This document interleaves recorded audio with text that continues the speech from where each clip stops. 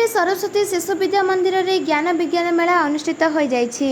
August 1 पूर्वाह्न 10 घटिकार परिचालन समितिर सभापति सरोजिनी नंदन द्वारा कार्यक्रम शुभ उद्घाटन होता।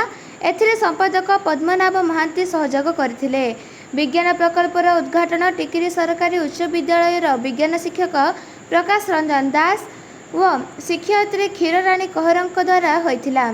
एथिरे विज्ञान प्रकल्प, विज्ञान प्रयोग, गणित प्रकल्प, गणित प्रयोग, गणित व विज्ञान पत्र वाचन, मूर्तिकला आदि विचारक भाव पूर्व छात्र छात्री लिप्साराणी विषयी, गीतिका सामंतराय, भानुप्रताप सामंतराय, देवजानी सामंतराय, अम्लान ज्योति राउतराय, अभिभाविका मोनालिसा नंद एवं उच्च प्राथमिक विद्यालय विज्ञान शिक्षक चंदन साहू, प्रियव्रत साहू जोग देइथिले। एथिरे 272 जन शिशु भाई भौणी भाग नेइथिले।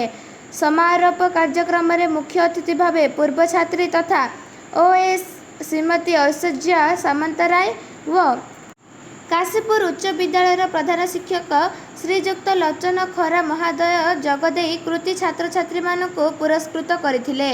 संपूर्ण कार्यक्रम व्यवस्था को परिचालन समितिर जुग्म संपादक सुजीत कुमार नायक, सदस्य महेंद्र कुमार स्वाई तदारख करथिले।